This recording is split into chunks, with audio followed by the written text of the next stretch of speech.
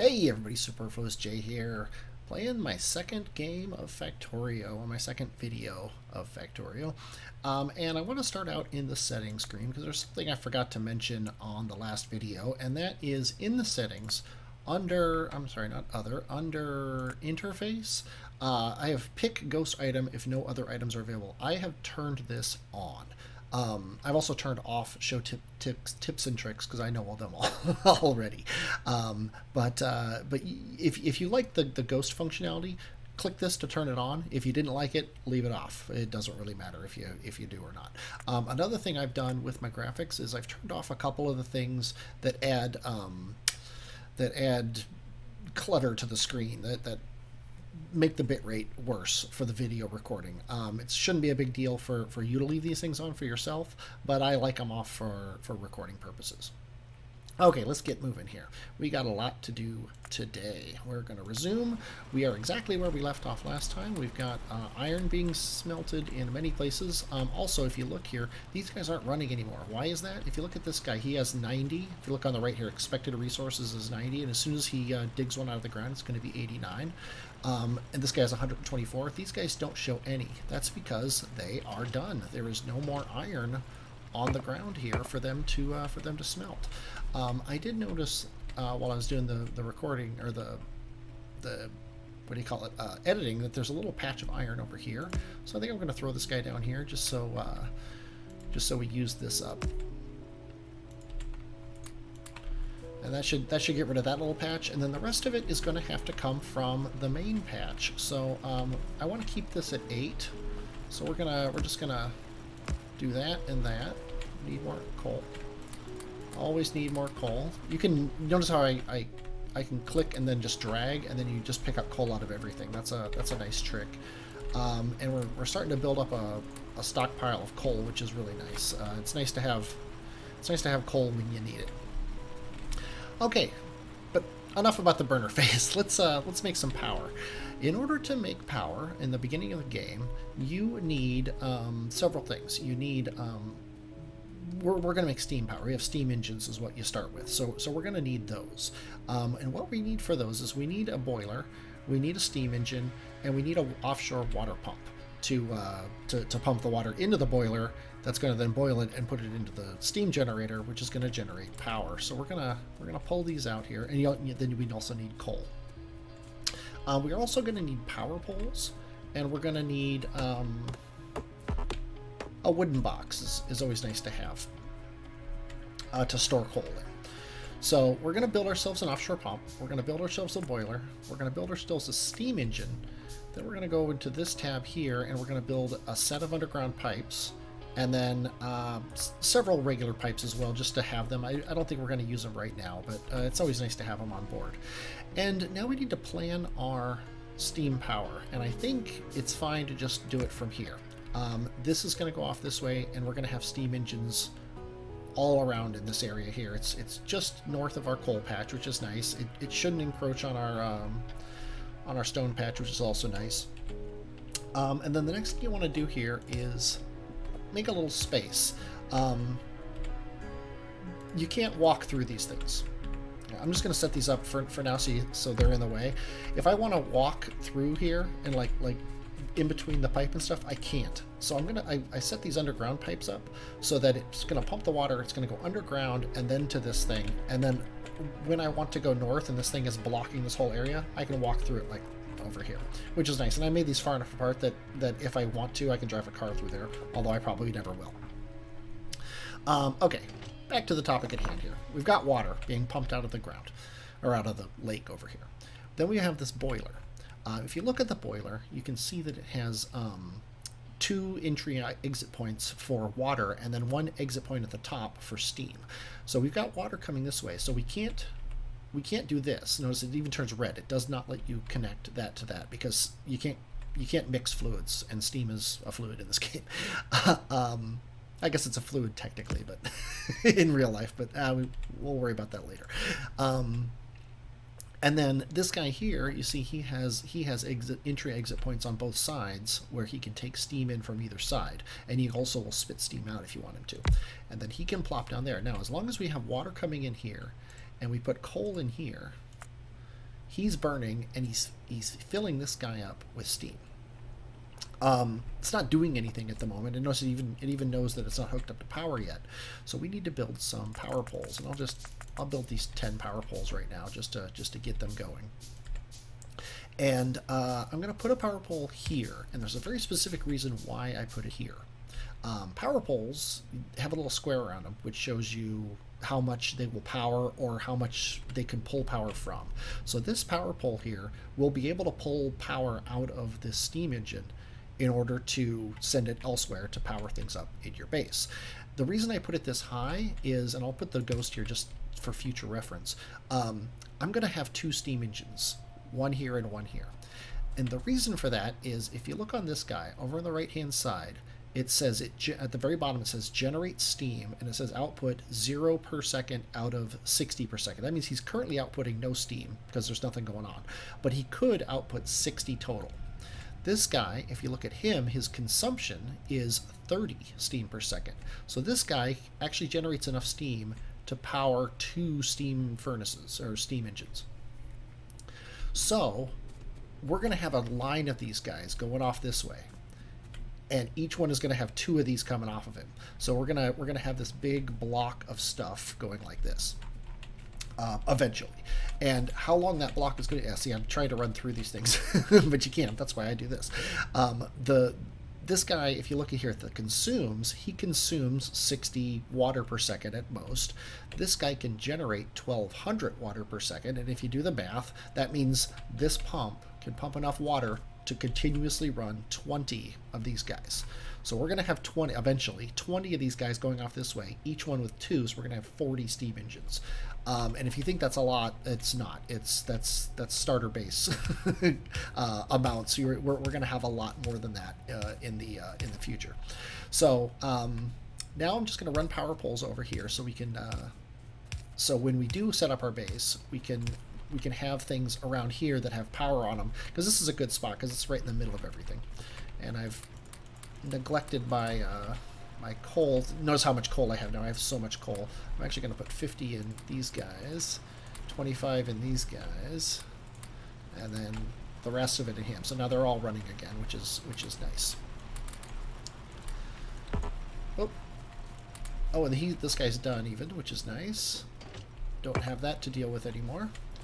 Now we're going to want to put him here, keep these going. And I'm out of coal again. This is the burner phase. This is the annoying part of the game for a lot of people, for me as well, where you're just running around throwing coal into everything. This is why we want to get power set up so we can get science set up. Now, science is done in labs. These labs that I'm building here, this one, I'm going to be using this till the end of the game.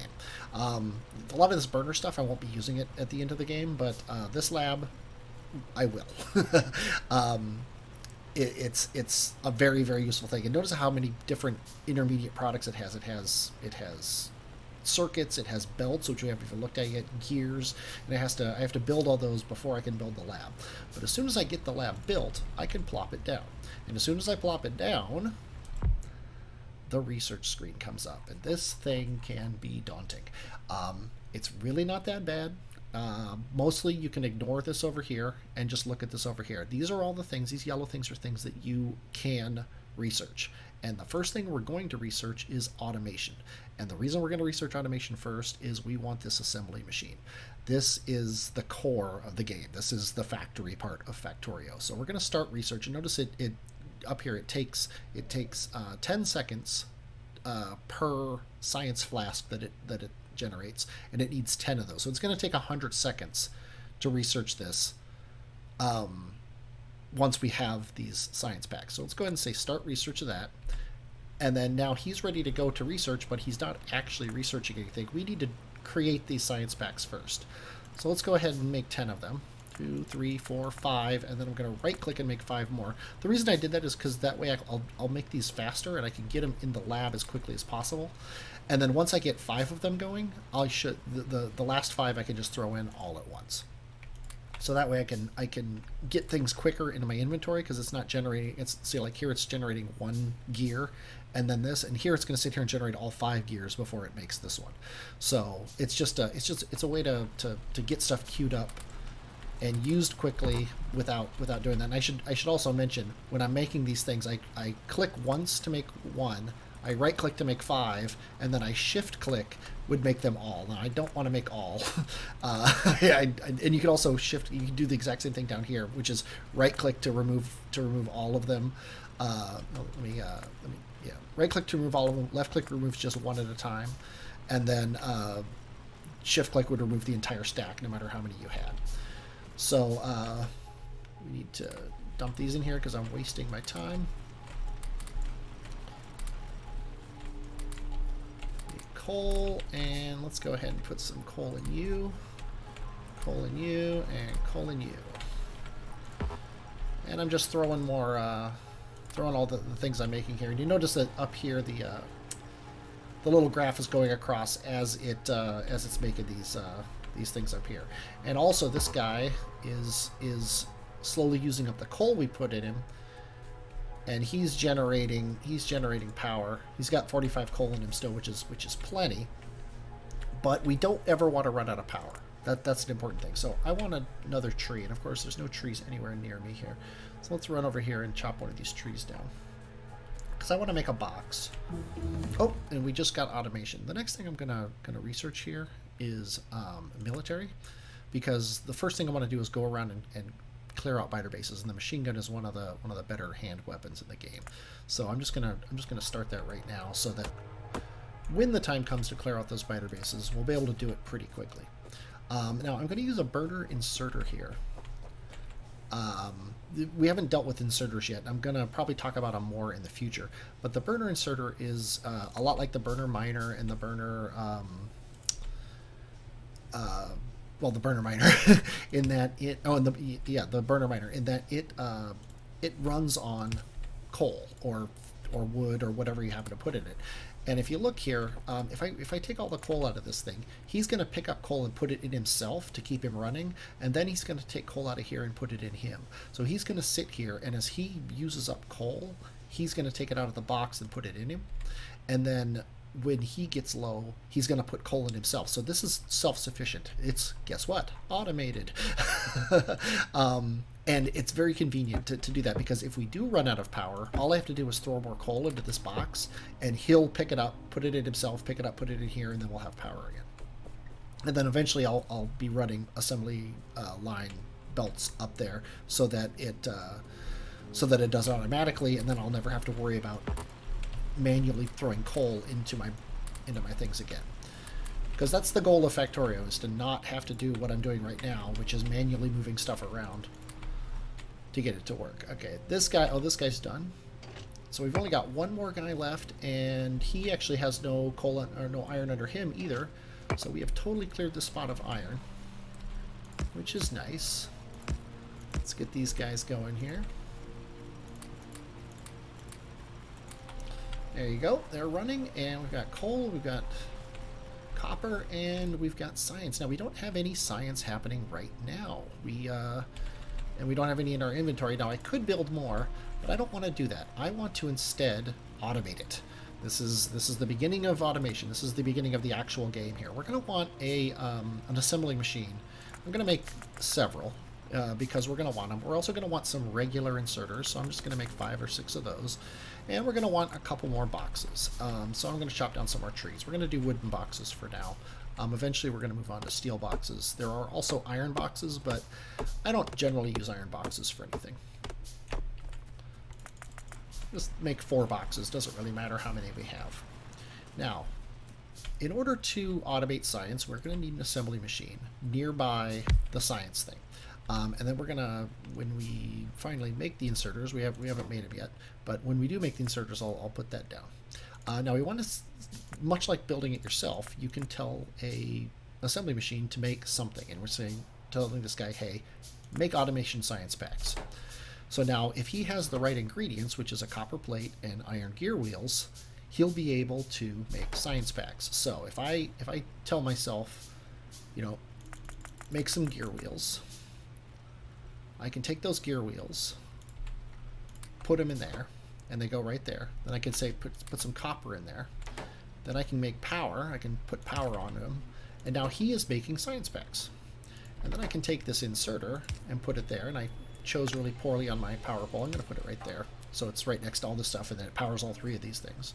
Now, you see the inserter just took the science pack out of him and put it into him. We have now automated science. Kind of. We need another assembler to make gear wheels, because we don't want to keep making gear wheels and throwing them in him. That's kind of a stupid way to do it. So we're going to make gear wheels and put that in there. Now, all we need to do is automate inserting things into them, which is where the boxes come in. We can do this and this, and then we can put copper in here and iron in here, and also power these things. Now, he's going to automatically put iron plates into him. He's going to make gear wheels. He's going to put the gear wheels into him. He's going to put copper plates into him, and then he'll put the science packs into him. And then now we've automated science. Science is, for the most part, fully automated. All we have to do is remember to top off these boxes as time goes by, which really isn't a big deal. It's a lot easier than making all the stuff yourself, that's for sure. And it looks like I have neglected my stone mining here. So I'll pull that out, and we'll fill him with 50 things. And just so we don't run out of coal up here, let's go ahead and run some coal up to this guy, just to make sure he runs forever. Now, you're asking yourself, how much power can we make out of this from this thing? If you click on any power pole on your network here, it'll bring up this chart here.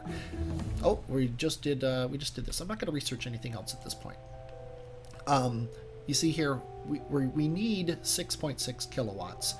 This one furnace can make 960. So we are producing this amount. We can produce this amount, but we are producing this amount. So we have plenty of room to grow currently. And it looks like we'll never make it that far to do that, but trust me, we will have far more than that. Especially now, see, right now nothing is actually happening as we're not researching anything. Because what we're going to do instead is we are going to make ourselves a submachine gun, and we need a lot of iron and we need a lot of copper. Well, guess what we have? We have copper here and we have some iron here, and now we can make ourselves a submachine gun. And we can also make a radar. Let's make ourselves some light armor, and you know what, we could probably use as many bullets as we could possibly make. In fact, bullets are so important that I'm going to automate their construction with another machine, and we'll just throw those out this way into a box and throw a power pole here, and now he's going to start making bullets for me very slowly, but hey, slowly is better than not at all. Now the the light armor I made automatically went into my armor slot. The bullets that I'm making are automatically going to my bullet slot, and my machine gun automatically went into my secondary weapon slot. I don't want the machine gun to be my secondary weapon. I want it to be my primary weapon. So for now, I'm just going to throw my gun into my inventory, but really it's not necessary at all. Then I built this radar as well, and the radar I'm just going to throw down here. What it does is it highlights an area around you, around itself, that's kind of like me standing there. But when I walk away, which I'm going to do right now, it will keep on scanning in the area that I am. What's nice about that is that when you're far away and when your base gets really big, you're never going to be in the same place at all times. It will keep your eyes on that spot. And what you can do is, even though you walk away, you can zoom in here and see what's going on at your base, which is really nice. Now, we're going up here. Sadly, it's nighttime, which is annoying. And we're going to take out these biters here, and that's a lot of them. But you got to do it. There's a worm. Worms are nasty, but they die pretty quick. You got to kind of dodge them. And now we've killed him. He's the worst part. The rest of this is just shooting this, and I'm sorry about the loudness of the gun. I think I'm gonna go into the options here and turn this down because that's a little bit too loud. Settings. I keep wanting to go to options for some reason. So let's go to sounds, game effects. I guess that would be this one. So let's turn this down to say 60% and see if that's better.